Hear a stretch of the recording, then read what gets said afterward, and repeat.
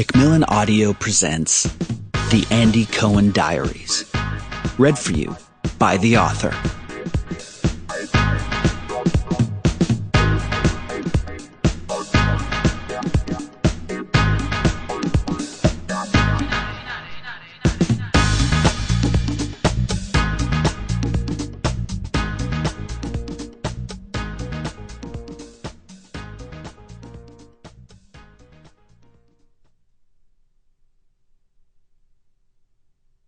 Introduction. In July of 1989, I was a wide-eyed 21-year-old intern at CBS News in week 3 of a love affair with New York City that rages on to this day. A pop culture obsessive, I got deeply sucked into the summer media firestorm surrounding the publication of the Andy Warhol Diaries. I couldn't wait to get my hands on a copy, which reportedly was full of dish about everybody in New York City. And when I did, I carried it around everywhere. It was big and heavy until I devoured the whole thing.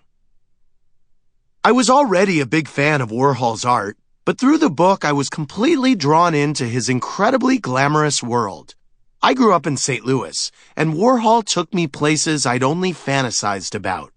Inside the White House, downstairs at Studio 54 with Bianca and Halston, under the tent at Madonna and Sean Penn's wedding, traveling by helicopter with Diana Ross to see Sinatra in Atlantic City.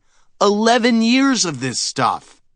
I felt like I was reading a history of exactly the things I cared about: music, art, Manhattan, and all things pop. The Andy Warhol Diaries came out 2 years after his death, and were a record of over a decade of his daily conversations with his secretary, Pat Hackett, about what he did the night before, who he saw, and what he thought. His narration is sometimes passive, but on the page, he comes off as droll and funny.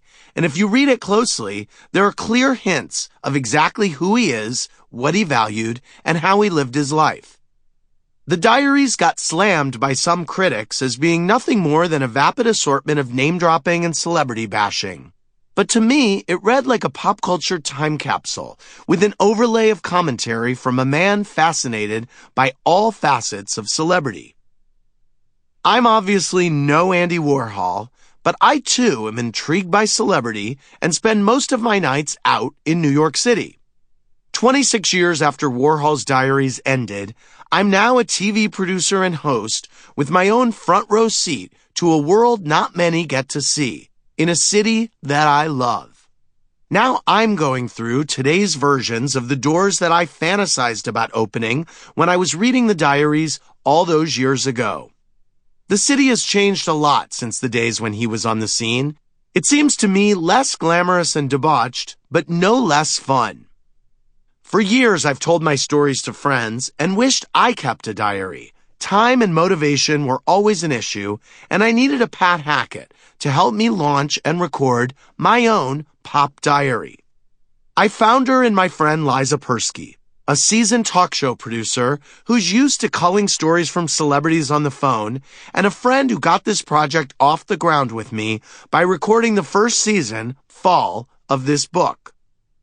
This book is my own take on Warhol's fun concept, a year in my life, in my own words. It's a life in Manhattan, behind the scenes of a late-night talk show, out on the town, with some stops around the world. It's also a love story about a man and his dog. I wrote this as I would any diary, so there are a lot of first names. Some you'll recognize from my last book, if you read it. Some won't need any explanation at all. A few you might have to figure out on your own. I tried to make that as easy as possible without losing the tone of a real diary. Also, I've left the identities of a few people opaque because I don't want to embarrass anyone too much or be sued or fired. Going back and reading your own diary can be painful, and in doing so, I feel the need for some disclaimers. Sometimes, like life itself, these chronicles are funny, sometimes dishy, and sometimes even a little sad. Sample complete. Ready to continue?